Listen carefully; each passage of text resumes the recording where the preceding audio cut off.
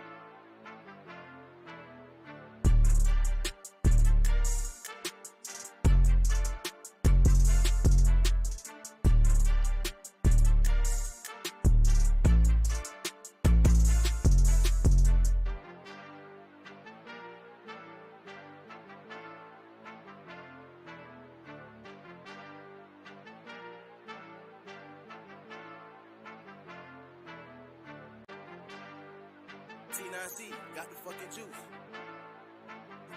Silver's the new gold.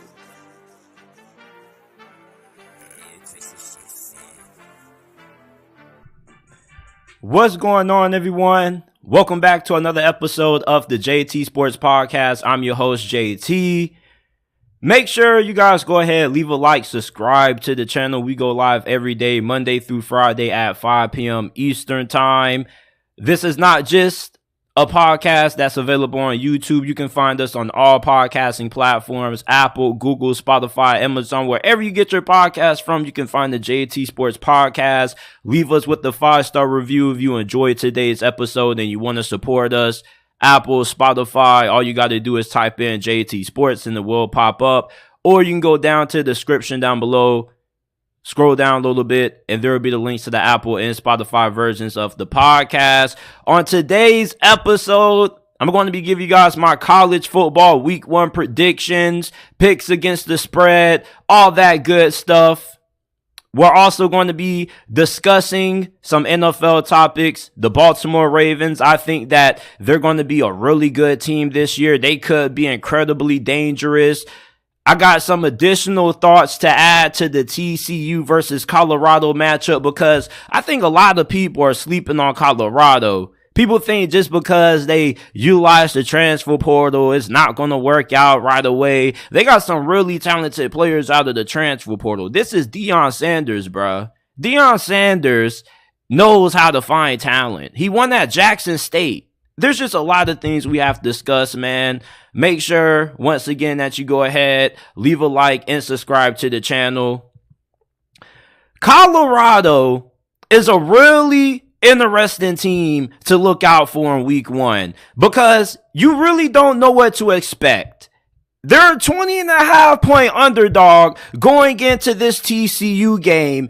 And for some reason, people are kind of treating TCU like they're Alabama, Georgia, or Ohio State just because they went to the national championship last year. Here's the thing. Colorado has some really talented players. You got Deion Sanders. He was probably the best quarterback in FCS last year. Just because he's going from Jackson State to Colorado and he's going to be playing in tougher competition doesn't mean he's going to forget how to play football. Deion Sanders is a really talented quarterback. He has a really good arm, really good accuracy. He's a damn good athlete. And this offensive line is not small. People keep telling me, man, Colorado's offensive line is really small. They're not going to be able to handle themselves up front against better competition. Their whole entire offensive line is nearly like 300 plus or bigger. Their starting center was Pro Football Focus first team selection at center. I mean, this offensive line has enough talent that they should be able to handle themselves pretty well up against TCU. TCU's defense has a lot of veterans on it. It is a really talented bunch. But offensively, they only returned 3 starters from last year's team. So they've been in the transfer portal pretty heavy as well. They're going to have a new quarterback in Chandler Morris. He was announced the starter around this time last year over Max Duggan, but he got injured and Max Duggan took over and he didn't look back. But we don't know how good Chandler Morris is going to be. They also got a new offensive coordinator. They lost Garrett Riley. They're going to be bringing in Art Briles, who is a pretty good offensive coordinator, but with them having so many new faces on offense, they're going to have to get acclimated to the way he wants to call plays. I think that Colorado offensively has an advantage over TCU because when you look at Deion Sanders, he's a better, more proven, established quarterback than what Chandler Morris is. And in college football, if you got an elite quarterback, there's not a single game that you shouldn't be able to win or at least be able to stay competitive in. They're a 20.5-point underdog against TCU.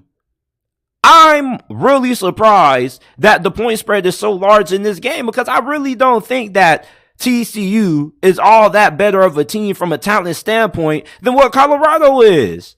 Y'all treating Colorado like they bums. They got playmakers on this team. They got Travis Hunter. This man was the #1 recruit coming out of his recruiting class. He's a dominant player. He can play both sides of the ball really well. He's a great route runner as a wide receiver. He's really fluent getting in and out of his breaks, and he's really fluent as a corner too. You got a shutdown corner and a fantastic wideout. He's going to be playing both sides of the ball. He's going to have a huge impact on this game. You got a really deep group at wide receiver. You have Jimmy Horn Jr., who is a preseason first team Pac-12 returner or second team, I believe. Not just is he a good returner, but he also is really good in the open field. You give him the ball in space on reverses, jet sweeps, bubble screens. He can take that shit to the house.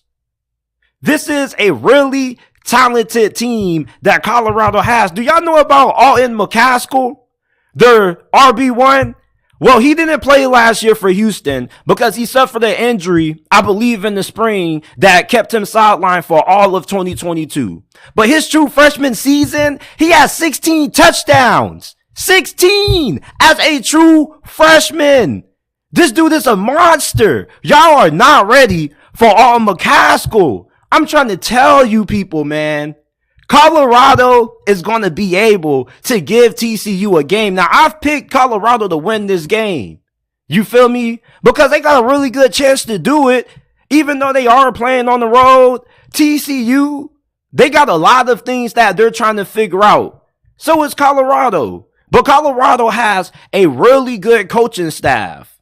Deion Sanders is not this novice as a head coach. Okay, Deion Sanders has won games at Jackson State. Outside of his first season, he's been really good as a head coach. He also knows how to assemble a really good coaching staff. His offensive coordinator is Sean Lewis, previously the head coach at Kent State. You remember when Kent State took Georgia to the wire last season? Everybody was giving Sean Lewis props, even Kirby Smart. Even Georgia fans in the comment section. If you go and you watch Sean Lewis press conference and you look in the comments, even they acknowledge how good of a coach Sean Lewis is. He didn't even get fired from Kent State. He stepped down. He said, fuck it. I want to go ahead and be an offensive coordinator under Deion Sanders. Kent State had the best offense in college football a couple of years ago. Daniel Scott in the chat asked, is Shedeur better than Chandler Morris? Absolutely. Absolutely. When you have the quarterback advantage, you have a huge chance or a huge opportunity to pull off a massive upset like what Colorado could pull off this Saturday. Shedeur Sanders is a really good quarterback. It really bamboozles me how people make it seem like just because he's going from FCS to Power 5, he's going to struggle. There's been plenty of quarterbacks who've been able to be successful having to step up in competition, transferring from a FCS school. Y'all pay attention to the Pac-12. I know that shit's about to die out and go extinct, but if you pay attention to Washington State, they got a really good quarterback named Cameron Ward. He played for a school called Incarnate World a couple of years back, and he was one of the best quarterbacks in the FCS. And then he followed his head coach to Washington State, who was his offensive coordinator, and he was one of the best quarterbacks in the Pac-12 last season. You remember Vernon Adams? That's a throwback name, but he played for Washington State, led them to an upset over Oregon State years ago, where Oregon State was ranked, and they were like the first FCS school to pull that off. He was the quarterback of that team. He transferred to Oregon, and he was pretty solid. Shedeur Sanders is not going to be a bad quarterback for Colorado. I don't get how people trying to make it seem like Colorado doesn't have talent. They got game changers. They may not have elite depth, but they got way too many game changers for this game to be a blowout. They got the number one cornerback coming out of high school last year, and Cormani McClain, who Deion flipped. Cormani McClain, Travis Hunter, I like that quarterback duo better than anything that TCU has. And TCU has a really good secondary. I don't mean that to be disrespectful to TCU. I'm not trying to crap on the Horned Frogs, but what I'm trying to make you guys realize is that the talent discrepancy in this game is not as big as what you think. TCU is not as good as a team as what they were last year. They had a lot of seniors on that team. They had a lot of veterans. Hell, most of their team from last season is in the NFL now. TCU isn't one of those programs that just reloads every year like Alabama, Ohio State, or Georgia.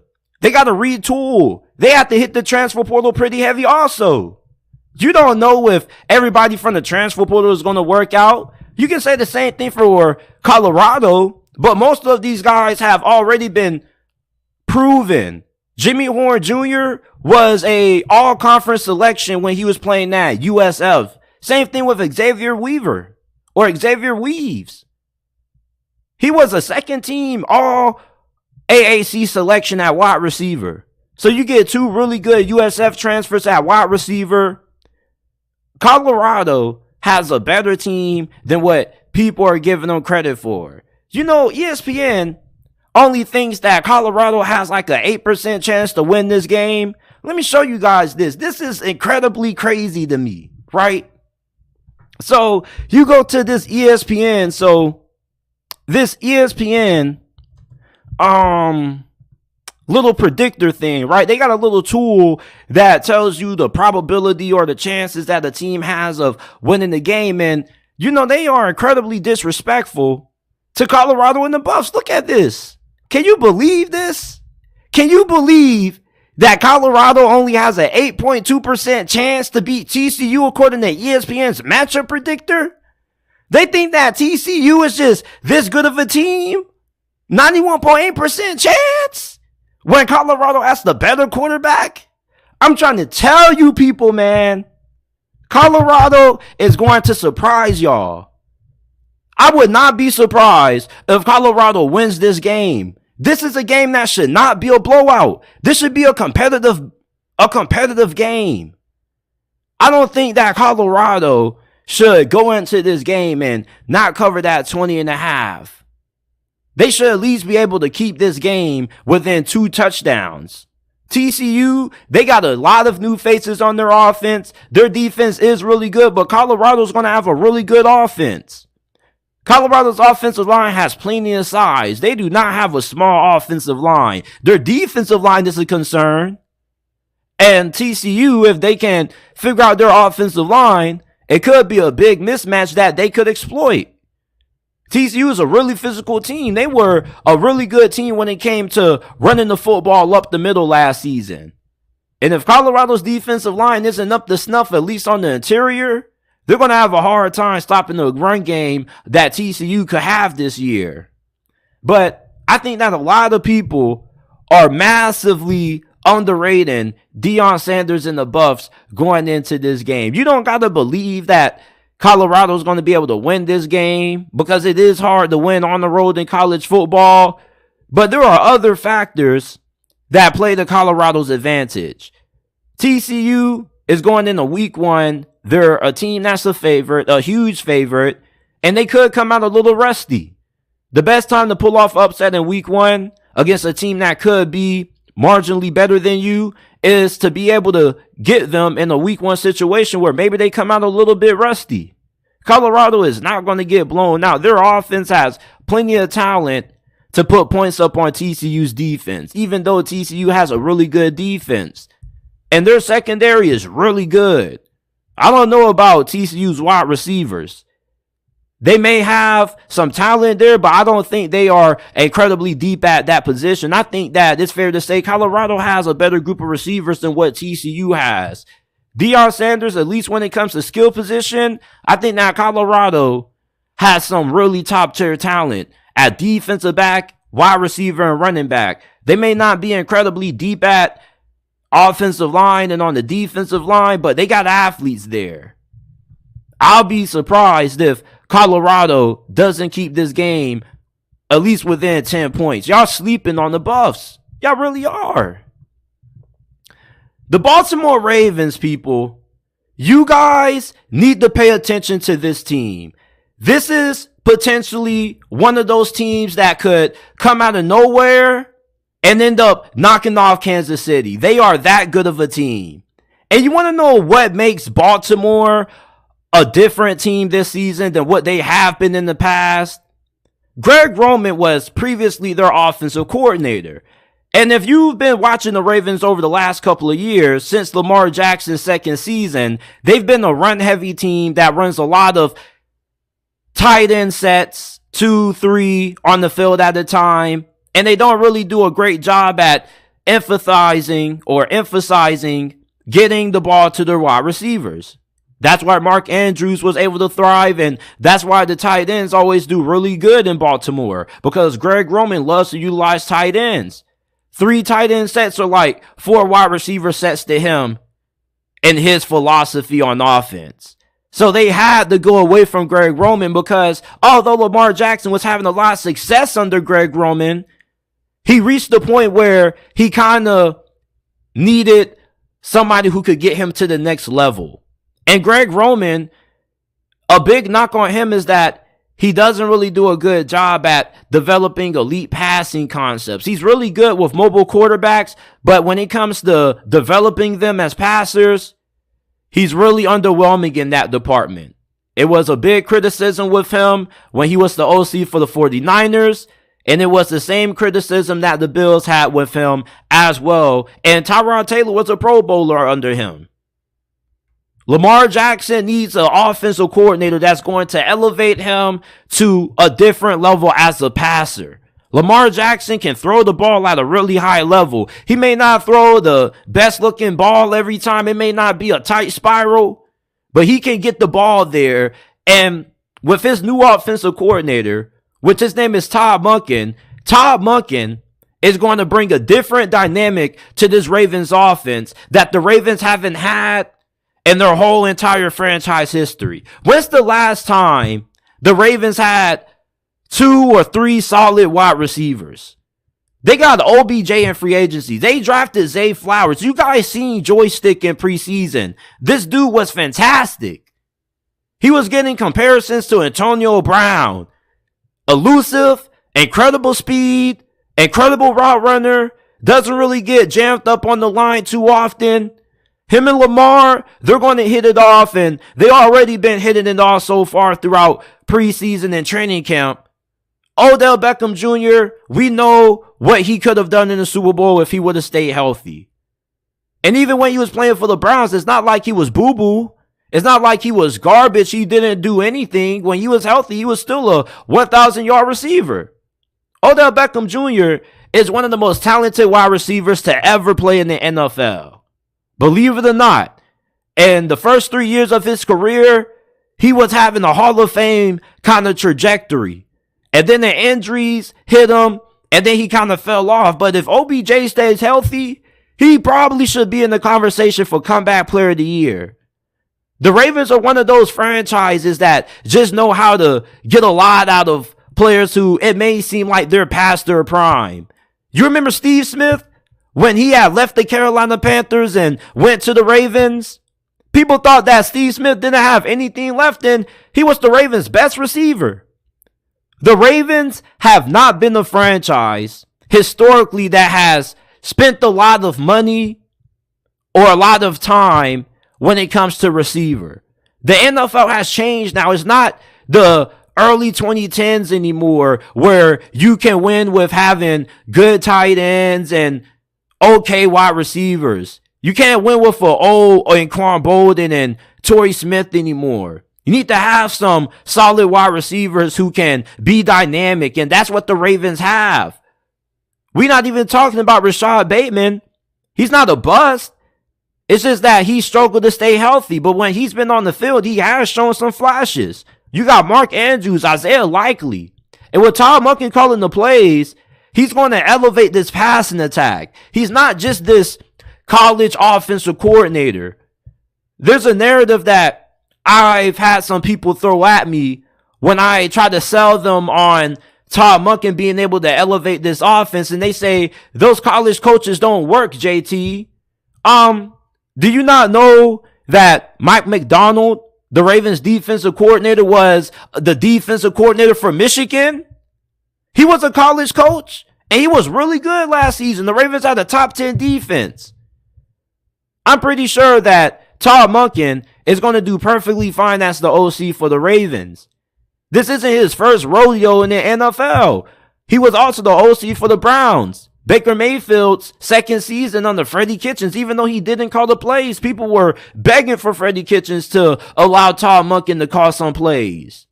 His final season, when he was the OC for Dirk Cutter, his final year in Tampa Bay, Jameis Winston and Ryan Fitzpatrick under him led the best passing attack in the NFL that year statistically. The Ravens with Todd Monken now are going to have the ability to throw the football at an efficient level in the postseason. To win in the playoffs, you got to be able to throw the football. It's a passing league. You can't use the whole old school, or you still got to run the football to win games. It's 2023 now. Y'all got to get with the times. If you can't throw the football with 2 minutes left and you're down 7 and you need a touchdown to take the game into overtime, you need to be able to throw the football with the game on the line. Running the football can only get you so far if you don't have a quarterback that can come through for you in big moments throwing the football, and Lamar Jackson has struggled with that in the playoffs. The Ravens now, with Todd Monken as their offensive coordinator and giving Lamar Jackson a legitimate supporting cast, are one of the most dangerous teams in the NFL this year. Lamar Jackson, behind Patrick Mahomes, is probably the scariest player in the NFL. The way that these NFL players talk about Lamar Jackson, this dude is God on the football field. The way he's able to get from 0 to 100 in a snap of a finger, his open field elusiveness makes him incredibly hard to stop if you're a defensive back. He can embarrass you and put you on the highlight reel. It's really hard to defend Lamar Jackson when he's playing at his best and when he's able to be a true dual threat quarterback. When he's healthy, the Ravens have a winning record, and they normally are around the 1 or 2 seed. Every single time Lamar Jackson has gotten injured, the Ravens have went from being a top team in the AFC to barely making it into the playoffs. Lamar Jackson under Todd Monken's tutelage, should be back in the MVP conversation this year. Lamar Jackson, if he can play at an MVP level this year, this is a Ravens team that is capable of being able to go on the road and beat Kansas City, knock off Joe Burrow and company in the AFC, beat the New York Jets. They've been one of the best teams in the NFL when Lamar Jackson has been healthy. And now that he has an offensive coordinator that's going to elevate this passing attack and the same supporting cast that guys like Joe Burrow and Patrick Mahomes have had, Lamar Jackson now has all the keys to take the Ravens to the Super Bowl. This is a dangerous team. Not only can they win this division, but they possibly could win the AFC.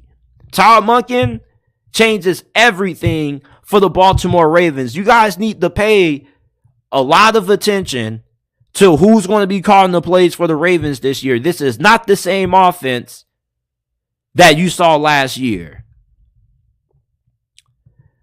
I want to give you guys my college football week 1 predictions. These are my college football week 1 predictions. Going to be giving you guys my picks.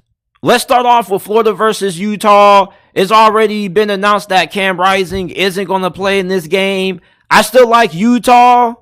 They're playing at home. They're going to have the home field advantage. I think that playing in that atmosphere is going to be a little bit different for Florida to be able to handle. And I do think that Graham Mertz can be competent in this game. I do think that he can have a solid showcase in this matchup. You remember how Bo Nix and Michael Penix were able to resurrect their careers when they transferred to those 2 Pac-12 programs in Washington and Oregon? Wisconsin wasn't really a program that was known for being able to develop quarterbacks at a high level. Graham Mertz could surprise some people, but overall, I still think that Utah has a better overall team.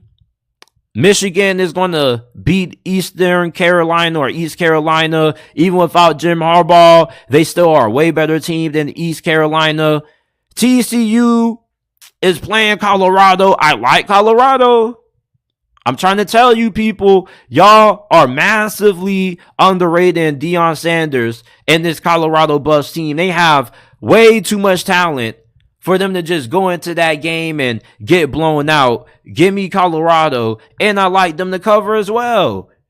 Shedeur Sanders gives Colorado the advantage at quarterback. Chandler Morris doesn't have the same productivity that Shedeur has. They also got game changers. You got Travis Hunter, Cormani McClain, a really good secondary. TCU's going to have a really good defense, but TCU offensively, I don't know about them in this game.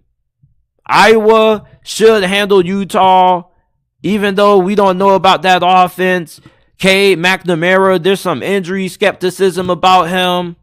Oklahoma is going to take care of Arkansas State. I think Oklahoma is a little overrated this year. They're going to get tested against SMU next week.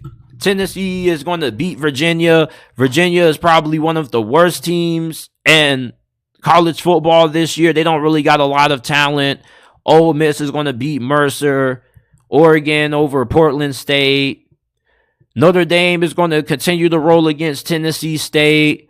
Wisconsin, they're going to beat Buffalo. Indiana is terrible. Give me Ohio State.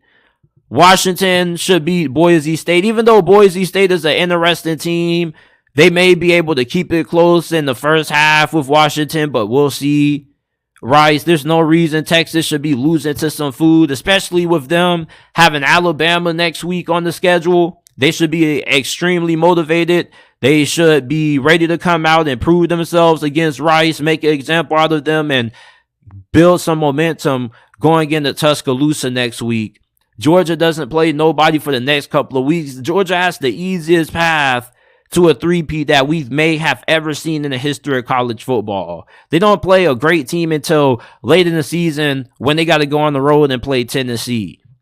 USC is going to beat Nevada. We're going to see how that defense looks in this game. San Diego State or San Jose State, they had a really good quarterback. We're going to see if Nevada is going to do anything, but I don't think Nevada's that good. Kansas State plays Southeastern Missouri State. Texas A&M is going to handle New Mexico. Man, I love South Carolina against North Carolina. North Carolina is so Drake May dependent that if Drake May doesn't have a good game, I don't really think that this game is going to be that close. Drake May is damn near a god at quarterback. There's not a single throw that he can't make. And even though UNC may not have a great team around him, they still, with him in the game, are a threat to win the majority of their matchups as long as he's playing at a high level. I think that South Carolina, though, is going to get some really good quarterback play out of Spencer Rattler. Spencer Rattler, the last 3 games of 2022, he was absolutely on fire. He couldn't be stopped, especially against Tennessee, where he torched them for 6 touchdowns and no picks. If he can carry that momentum that he had in 2022 into this season, South Carolina should win this game. They're a more talented team than North Carolina. Their offensive line should be improved this year. UNC's defense has been non-existent for the last couple of years. South Carolina, they do have a lot of talent in the secondary, and they got a lot of confidence that their defensive line should be able to step up this year. Penn State is going to beat West Virginia. Things are looking really dim for West Virginia right now, especially their head coach who is on the hot seat.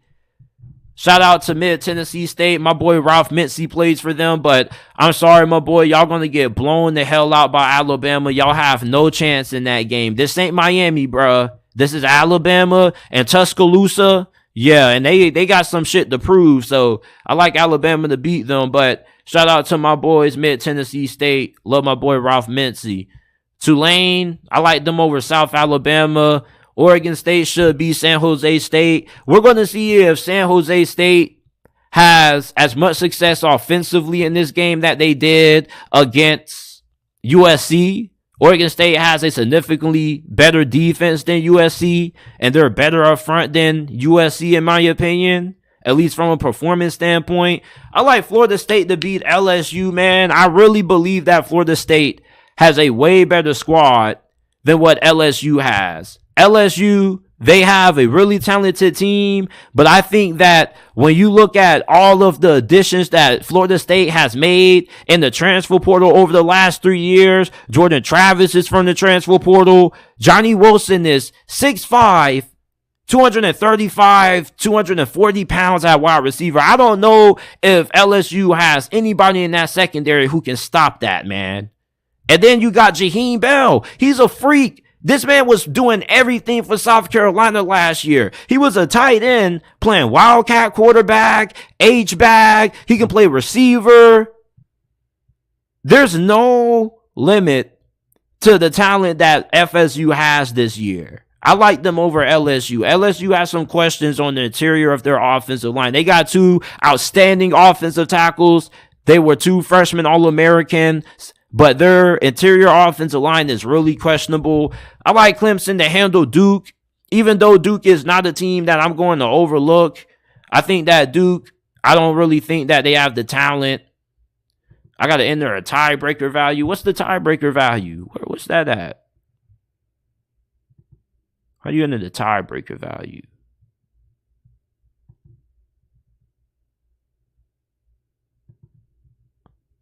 Man, I don't even know how you even put the... Oh, there it goes, man. Predict the combined points scored by both teams in the game indicated. Man, I think that Duke Clemson, they're probably going to end up having 63 points combined. Oh, I said 73, 63. I think that Clemson probably is going to win by at least 2 touchdowns, but Duke can put some points up on those boys. Now, I want to give you guys my college football week 1 picks against the spread, man. We're starting off with my beloved Miami Hurricanes playing against Miami of Ohio. Will the real Miami please stand up? Please stand up. Miami is going to beat Miami of Ohio, and I don't think it's going to be close. They're a 17-point favorite. They should cover that. They made a lot of changes on their offense. They're going to be running the air raid style offense. Tyler Van Dyke was one of the best upcoming quarterbacks in college football prior to last season, but the whole entire coaching staff just kind of let him down. Mario Cristobal made up for it with their new OC who comes from Houston, and they also got a new defensive coordinator as well. Miami of Ohio, I don't really think they're that talented, but we'll see. But I like Miami to cover. I don't really think this game should be close. If this game is close, it would be extremely alarming. Louisville, I think they're going to be able to have their way against Georgia Tech. Georgia Tech will have a new head coach, new quarterback, but I just don't think that Georgia Tech is that good, man. I still think they're one of the worst teams in the ACC. Iowa is going up against Utah State. Their defense is so good that I don't really think Utah State is going to be able to do anything offensively. Even if Iowa's offense still is crappy like what it was last year, they should still be able to skate by Utah State. Michigan, 36.5 against Eastern Carolina. I think they can cover that. I know there's concerns about Jim Harbaugh not being there, but Eastern Carolina isn't going to be able to match up with the physicality and raw power that Michigan has. Michigan should be able to have this game over by halftime. They may not cover by halftime, but they probably should cover before the fourth quarter. Eastern Carolina, I just think they're just going to get out-athleted, out-physical. There's no reason they should hang around with Michigan. Purdue against Fresno. I like Purdue. I think that Purdue has, with a new head coach, even though they're going to have a new quarterback, Hudson Card is really solid. I think that he's going to have enough talent around him that Fresno State shouldn't be able to win this game. I like Purdue to be able to win this game outright and cover. Tennessee is a 28-point favorite against Virginia. I like them to have this game out of reach by halftime. Virginia is one of the worst teams in all of Power 5. I mean, they got awful. They got so many concerns at Virginia, man. Everywhere. Tennessee, Joe Milton, that offense should be looking like it was last year, at least in this game. SMU is playing Louisiana Tech. I like SMU. SMU is one of the best teams when it comes to G5 programs going into this season. Rhett Lashley got some really talented players out of the transfer portal. They got a really good quarterback. SMU, I think they may give Oklahoma a little bit of a battle. Of course, I like Colorado. They're massive underdogs against TCU. People are massively overlooking the quarterback differential in this game. Deion Sanders is way better than Chandler Morris. This game shouldn't really be a blowout. Colorado should be able to hang around with TCU. TCU, they got a really veteran defense. Okay, their defense has a lot of experience and it does have a good amount of talent, but they only returned 3 starters from last year's offense. Colorado has a lot of talent at wide receiver, a lot of depth. McCaskill at running back. This dude was a 16 touchdown dude his true freshman season at Houston. He didn't play last year because he got injured before the season, but he's fully healthy now. Look out for him in this game. I like Colorado to cover, and I also like them to be able to win this game outright, even though it's on the road. Iowa State is playing Northern Iowa. I don't really know. I like Iowa, but they got some concerns at quarterback because their quarterback was gambling. So he got some discipline. Northern Iowa, though, I don't really think they should be able to keep up with Iowa State. Even if this game is close, I think Iowa State just has a better team. Ohio State is a 29.5 point favorite against Indiana. They're going to have a new quarterback, but they just got so much talent. Indiana, they're just a mess. Their head coach is probably going to end up getting fired at the end of this season. Wisconsin against Buffalo. I like Wisconsin. I like Washington to cover 14.5 against Boise State. Western Kentucky goes up against South Florida. I like Western Kentucky. They got a really good quarterback and receiver duo. South Florida, they're still a program that's rebuilding. They got a new head coach there. Cal, I like them against North Texas. Cal did utilize the transfer portal pretty heavy. They did lose their starting quarterback, but I do think that they have enough talent that they should be able to take care of North Texas. Houston versus UTSA. I like UTSA. UTSA just is a way better team than Houston. Houston does have some firepower on offense, but their defense is absolutely terrible. Toledo against Illinois. Illinois should take care of business. They should be able to take care of Toledo, even though Toledo was a really good team last year in terms of where they ranked in MAC play. But Illinois just is way too good up front on the offensive line and the defensive line. I don't think this game is going to be really close. It's not going to be one of those games that, it's going to be a blowout at halftime just due to Illinois' style of play. Illinois is one of those teams that is run heavy. They want to take a lot of time off the clock. They want to wear you down over the course of the game. So this is probably going to be a 31-0 victory. It's not going to be a 63-0 showing, but I think Illinois should win this game. Probably 38-14 is my final score prediction. I love Penn State over West Virginia, man. West Virginia is not looking good for those boys up there. I love South Carolina against North Carolina. North Carolina is not a good team. They're so Drake May dependent. And even though Drake May can keep them in this game, because Drake May, the gap between him and Caleb Williams is not that big, he's crazy. He's ridiculous. All right. Caleb Williams, he's freaking insane, but Drake May, he's like that too. And if UNC can give him good protection in this game and he plays his best football, North Carolina's going to have a shot. But I'm really surprised that they're a favorite in this game. South Carolina just has the better overall team. Their offensive line probably is a concern, but I think they should have that figured out. Their offensive line has been down for the last couple of years. Shane Beamer is a really good coach, though. And Beamer ball is something that I don't think UNC is prepared for. You remember, South Carolina, they was on the tear the last couple of games of last season. They ended Tennessee's playoff hopes. Spencer Rattler was on fire in that game. Their defense was lights out against Clemson. Their special teams is really good.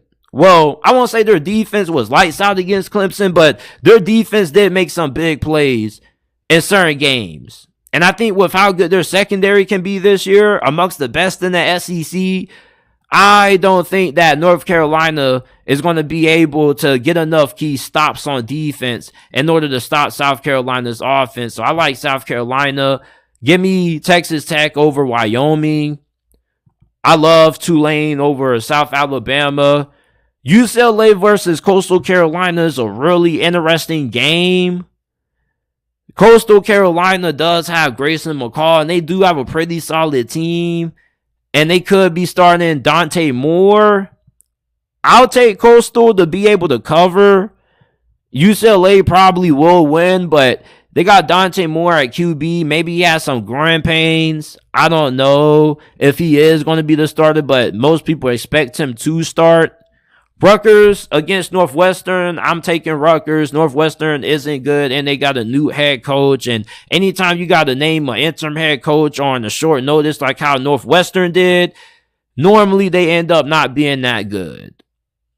Oregon State over San Jose State. Their defense is so phenomenal. Florida State, I'm taking them to be able to beat LSU. They're just a better team than LSU, in my opinion. Not by a huge margin, but with the guys they picked up in the transfer portal, I don't think that LSU is going to beat Florida State. I think FSU takes 2 straight over them. Give me Clemson over Duke. I do think they can cover. I think that Duke can keep it within 2 touchdowns, but I think it'll probably be like 14 points. I think that Clemson's defense is so good that I don't really think that Duke is going to have enough talent offensively, even though they do got a really good quarterback. Duke's defense, I don't know how they're going to match up against Clemson. I think that Clemson, just overall being a more talented team, they're going to get the best of Duke. So I think that Clemson can win that game. 31-17. Give me Clemson to cover. So I got to predict some scores for these games. I like Florida State 34-31. LSU, Clemson, Duke 31-17. Who will score the most points this week? Man, I probably got to go Tennessee. Tennessee or Michigan probably is where I'm going to go. I'll probably go Tennessee because Virginia, those boys suck. And their defense is not going to be good. They have no talent on that side of the ball. They're lacking depth. Or who will score the fewest points this week? Going Virginia, man. That game is going to be a slaughter fest. ECU, they might be able to get like a fluke touchdown off a return or something. But I'm going with Virginia. Where is Virginia? There they go. Oh, that Virginia.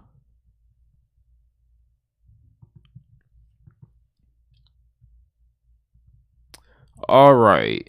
So these are my college football week 1 picks against the spread. Let me know what you guys think down in the comment section down below. We're going to revisit this next week. Before we move on to our final topic, if you haven't already, make sure that you go ahead, leave a like, and subscribe to the channel. We go live every day, Monday through Friday at 5 p.m. Eastern Time. If you enjoyed today's episode of the podcast, leave us with a 5-star review. We're not just available on YouTube. You can find us on all podcasting platforms, Apple, Google, Spotify, Amazon, wherever you get your podcast from. You can find the JT Sports Podcast. Leave us with the 5-star review. We will greatly appreciate it.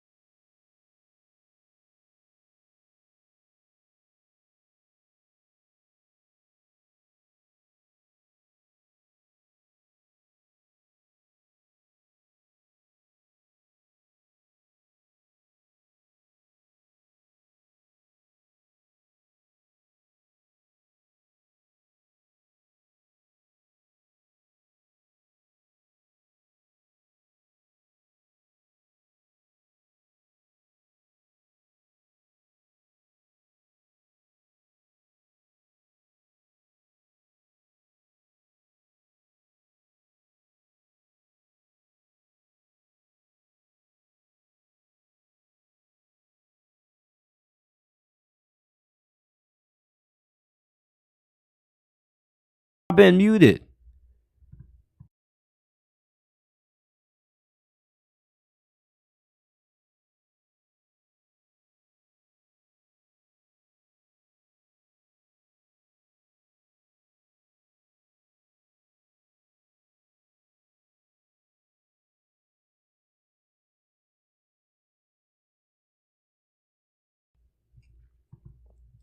You guys can hear me now? All right, there we go. I can't believe I was muted all this time. Okay, here we go. There's a lot of pressure on Jordan Love and Justin Fields going into this season, man. Justin Fields, there are many people who believe that he could be a possible MVP candidate. You're looking at Justin Fields, and there's a lot of people who believe that if he takes the next step in his development, the Chicago Bears are going to be a playoff team. Meanwhile, with Jordan Love, Packers fans seem to have somewhat tempered expectations. They're not expecting him to be shit, but they're not expecting him to be the next coming of Aaron Rodgers or Brett Favre. Jordan Love has a really good supporting cast around him. You probably could go as far to say that the Packers have a better team than what the Chicago Bears have. They got a really good offensive line with tons of depth. They got a really good group of young wide receivers. Christian Watson was outstanding as a rookie. Romeo Doubs had a good rookie season. And then they drafted rookie Jaden Reed and tight end Luke Musgrave, who could be the best rookie tight end this season. I like him more than Dawson Knox. Not a knock on, well, not Dawson Knox, but Don Kincaid. Don Kincaid, he's going to have a solid rookie season, but Luke Musgrave, I think he's going to be a go-to target for Jordan Love. Justin Fields, his team is way better than what he had to work with last year. The offensive line with Darnell Wright should be significantly improved. They spent a lot of money in free agency trying to add talent to the linebacker unit with Tremaine Edmonds and TJ Edwards there. Now, defensively, Chicago should be able to slow down Jordan Love and his Packers offense. For Justin Fields, if he loses to Jordan Love, think about what the narrative is going to be about him following this game. Him losing to Jordan Love. People aren't expecting a lot from Jordan Love. Nobody is expecting Jordan Love to look like a superstar this year. Meanwhile, the expectations for Justin Fields, people think that this dude could be an MVP candidate this year. They think he can take a Jalen Hurts kind of leap in development. And there's a good possibility he can. But if the Bears lose, people are going to change on him really fast. And this is a huge rivalry game. This is probably the oldest rivalry in the NFL? Justin Fields has a lot to prove. And if the Bears don't win this game, and let's say Justin Fields struggles and he gets outplayed by Jordan Love, people are going to really fast change their belief in Justin Fields. They're going to go from Justin Fields believers to Justin Fields doubters just as fast, because nobody's expecting Jordan Love to be as good as what Justin Fields can be. And expectations are everything in life. Expectations kind of define how people perceive you. And when you're Jordan Love going into week one, nobody's expecting you to be that great. And meanwhile, people expect Justin Fields to reach superstar status this season, be a top 10 quarterback.